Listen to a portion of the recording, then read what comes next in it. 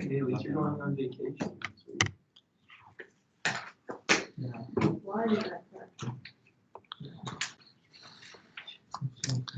All right, so for today, we're going to talk more about the normal distribution. Okay, remember, that is a bell curve. All right, and I've just got some different situations where we're going to be able to find some of this stuff out. We will use the calculator for parts of this to be able to answer our different questions here. So, final exam scores in a statistics class were normally distributed with a mean of 63 and a standard deviation of 5.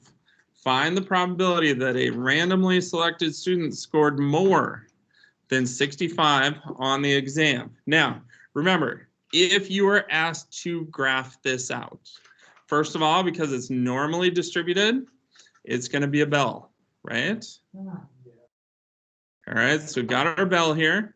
We know that the middle is our average, so that's 63. And then standard deviation of 5, we don't have to put that on here for this because it doesn't really affect much for this. But for this, find the probability that a randomly selected student scored more than 65. Well, how that would look for the graph is we'd put a line in where the 65 is at, and then we're trying to find more than that. So we're trying to find all the area to the right here that's under the curve, because remember, the area under that is equal to the probability. All right, now, this is on your calculator. There's a button that helps us get there for this one. Okay, now, keywords here, more than. So what this is talking about is x is greater than 65, correct? Yeah.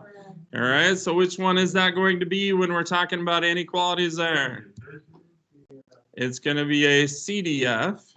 So if you go to the distribution part again, there is a normal PDF and a normal CDF. Honestly, I don't know how the normal PDF works yet. Okay, so don't use that one. Yes, we're going to the normal distribution. We're going to the CDF, and then you have options there. You have lower, upper, and then we've got our mu value and our standard deviation. Okay, our lower value here, if we look at our graph, our lower is going to be a 65. So you're going to throw the 65 in there. No. Upper. Listen, please. Now, we don't know how far this goes, do we? Do we know that this is percentage? Yes. We do? No. The average is 63%? I would hope not. Okay. We don't know. We don't know what this is based off of. So what we have to do for this is we have to type in a really, really big number here for this, okay? The way that the book does this to be able to get their answer is they type in a 1, and then on the front of your calculator, probably all of your calculators, you have the E button. On the yellow calculators, that's above the comma.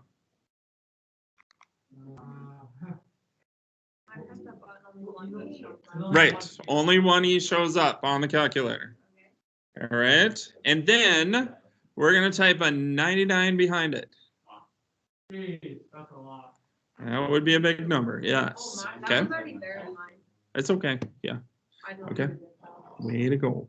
All right, for our mu value, what are we going to put in there? 63. 63? And our standard deviation is 5.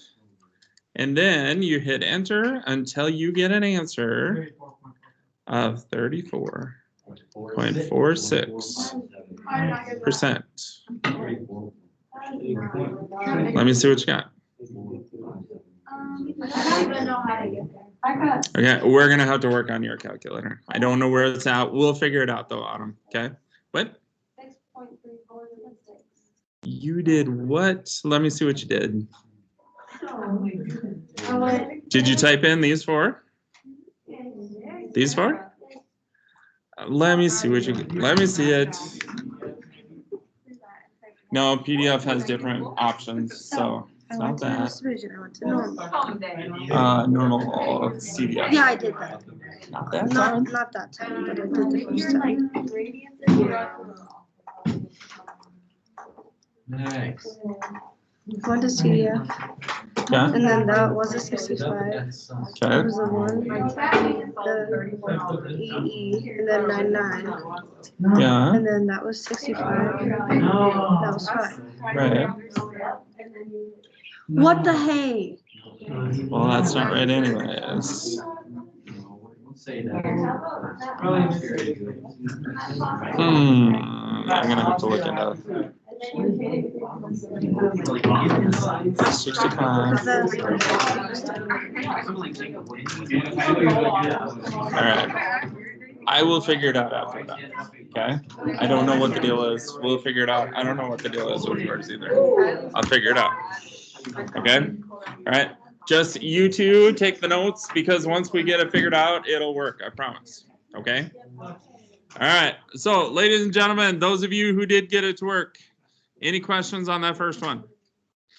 Okay. Next one. Find the probability that a randomly selected student scores less than 85 on the exam. All right, now let's think about this one. If we look at the graph again, we've got this bell curve. We've got our mean at 63. 85 is going to be way over here somewhere, right? 85 is going to be way off to the side. We want everything less than that. Okay, now think about what we know as standard deviation. One standard deviation away would be at what, 70? No, 68. Next one would be at 73. If we're 2 standard deviations away, that's almost all of the data points, right? Right, that's what's going to happen here. So if we type this in the calculator, okay, so that's the common sense part of it. It's going to be really close to 100% here. Okay, because it's so much higher than all the rest of the data points. If we go back to that distribution and we do the normal CDF again, okay, our lower, what's our lower going to be this time? Okay, we can throw a 0 in there. Our upper is going to be what? 85. And then our mean and standard deviation stay the same, right? All right, and if you look at that answer, my calculator gave me 5 9s with a 5 after that, okay? So that is practically 100%, isn't it? Okay, which is what we used common sense to figure out with also. Okay, we're gonna work on it still. Either one works. Okay, I believe in the book they say just short of 100%. Okay, so both ways work for it. All right, any questions? All right, next page.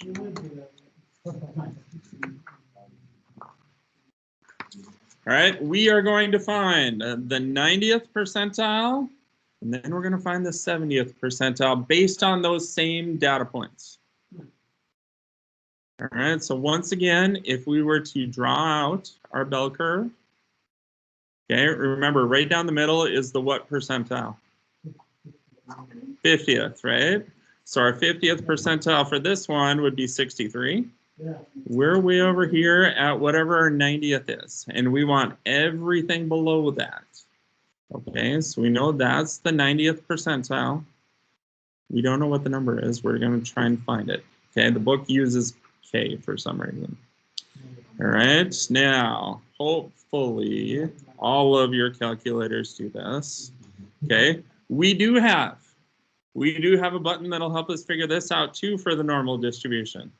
You're going to go to that distribution part again, and then you're going to hit the button that says inverse norm. Go to the distribution part again, then you're going to go down to inverse norm. All All right, and then we're going to type in some values here. The first one on my calculator, it says area. What do you think our area is going to be? 0.9. We got to change that to decimal. So area is 0.9. Then we've got our mu value. What was our mu value? 63. And our standard deviation is 5. Type them in. All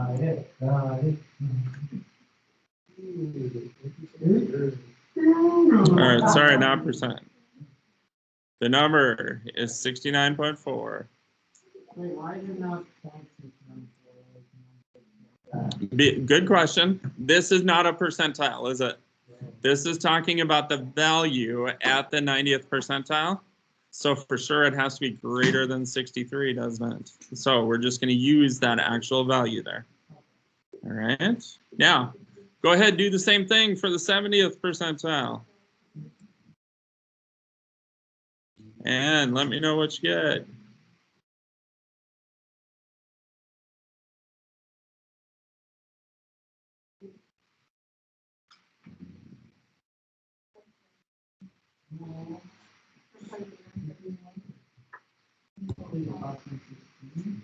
$65.62 is correct. Okay. All right. Hope, did you get that one? Kenna, did you get that one? Yeah. Good. So it's just the one button I gotta figure out. Okay. All right, gentlemen. Other questions? Any questions on this so far? All right. Next situation, get a copy down here. This one's a little bit different. And like normal, I try and shorten these up the best I can for you guys. So you can abbreviate that stuff all you want. Okay, we'll get this written down. The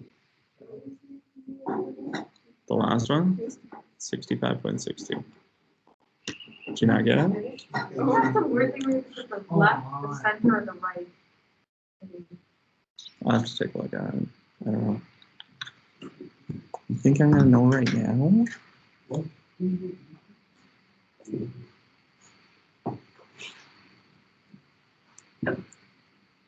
I put right at first. Hmm. I put left. Oh, so I what do you do left?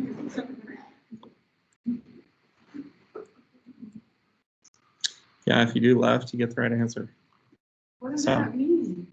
Maybe that's 70th percentile on the left side. The area is to the left of it. Yep, that's what it is. Sorry. All right, so new situation here. Suppose the average number of hours a household personal computer is used for entertainment is 2 hours per day. Assume the times for entertainment are normally distributed. So that tells us what we're doing here. And the standard deviation for the times is 1/2 hour. Find the probability that a personal computer is being used between 1.8 and 2.75. Okay, so first of all, we do understand that we're trying to find the probability of X between 1.8 and 2.75, right? All right, now graph-wise, once again, it's a bell curve. We've got our average down the middle. Our average here was 2. 1.8 is going to be a little bit to the left of it. 2.75 is going to be over a ways, so maybe right about there. Okay, and we are trying to find the area in between those two lines there. All right, now the nice thing is with the calculator, it already has that lower and upper bounds already built in here. So this is going to be another normal CDF because we've got those inequalities there.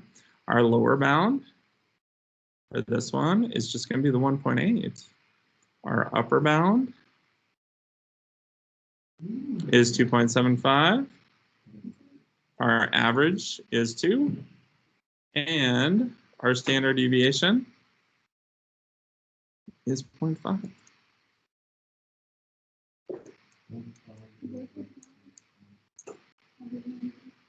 What'd you get, Matt? 0.589.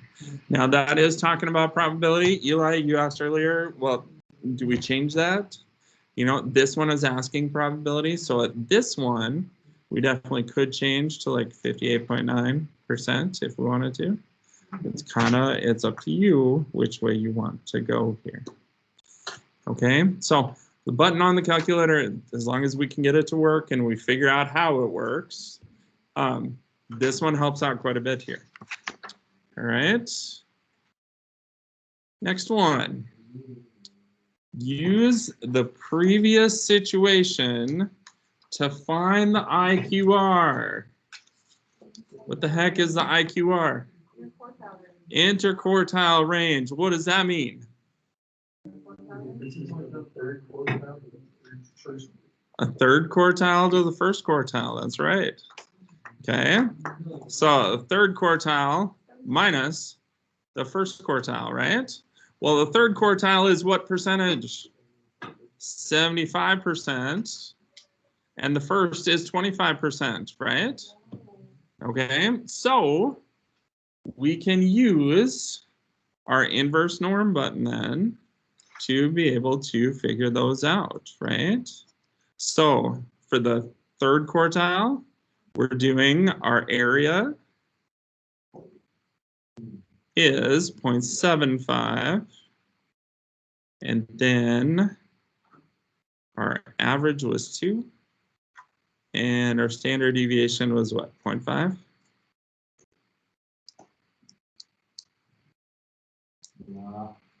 So we get an answer of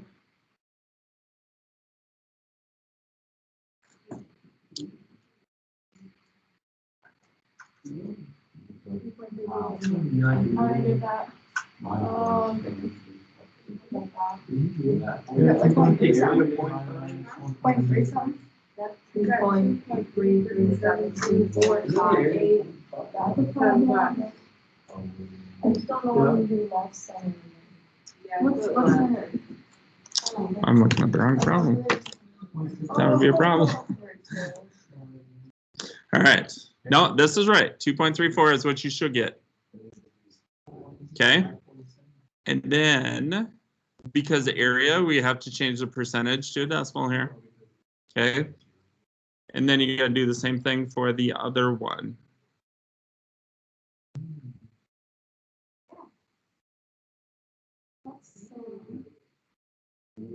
We'll figure it out, McKenna.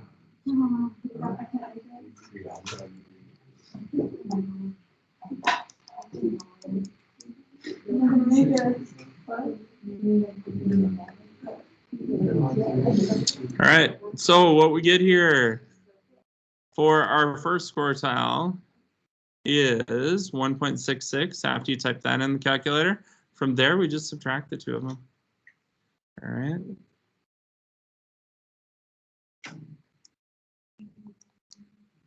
And we end up with 0.68. That's what you got at the end? Yeah. You typed the whole thing in there? Yeah. Oh, okay. Well, then you're good. Okay, you just like go like up, and then there's no changes.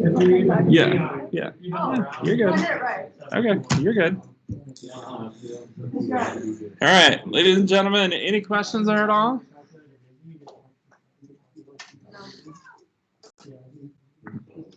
All right. That's all I got for you. Okay, like I said, fairly short.